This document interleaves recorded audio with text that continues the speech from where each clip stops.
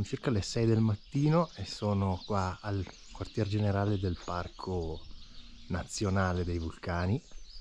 Oggi destinazione Vulcano Sabigno, che è circa 3700 metri di altitudine. Sarà una bella camminata. Il Sabigno è il più antico dei vulcani Virunga. Tra l'altro sembra che sia il primo posto nella storia dove diciamo gli occidentali hanno scoperto l'esistenza dei gorilla. Cafferino. Bellissime queste jeep da safari, veramente delle bestiacce. Qui è dove celebrano la festa, diciamo, ogni volta che nasce un nuovo piccolo gorilla. E sullo sfondo sempre il Sabigno, tutto costruito in bambù. Il Sabigno è l'unico dei vulcani Virunga con questa forma irregolare, probabilmente perché è esploso oppure è crollato. Gli altri invece sono tutti dei coni. Stiamo passando attraverso dei villaggi agricoli e mi diceva la guida che questa zona ha un suolo particolarmente fertile, questa zona vulcanica. Questi sono dei piccoli ripari che usano gli agricoltori. Ci stiamo inoltrando nel bosco, siamo appena passati attraverso un piccolo boschetto di bambù.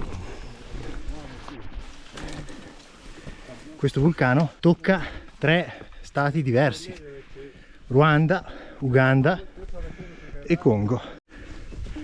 Il vulcano Sabigno non ha soltanto una cima, ma ne ha almeno 3, e tra l'altro non tutte le cime sono state scalate, e quindi ci sono degli scalatori da diverse parti del mondo, tra cui ad esempio italiani e tedeschi, che hanno già tentato la scalata senza ancora riuscirci.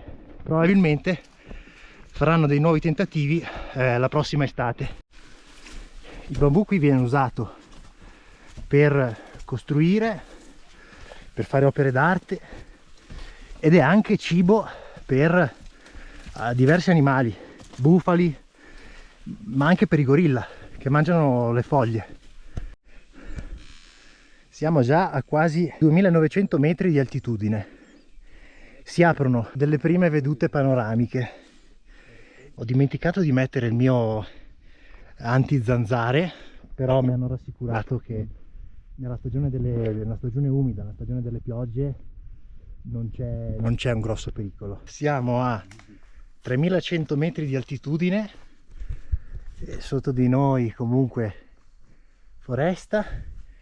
Qui spiana un attimo e c'è questo piccolo rifugio per le guardie del parco in caso di pioggia.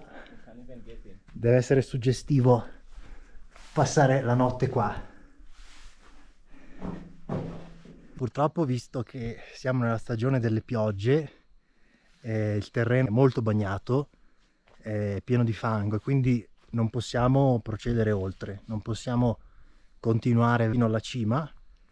Ci dobbiamo fermare qua, però vabbè, poco male, sarà per la prossima volta. Sullo sfondo lì c'è una delle cime, non so se sia la più alta,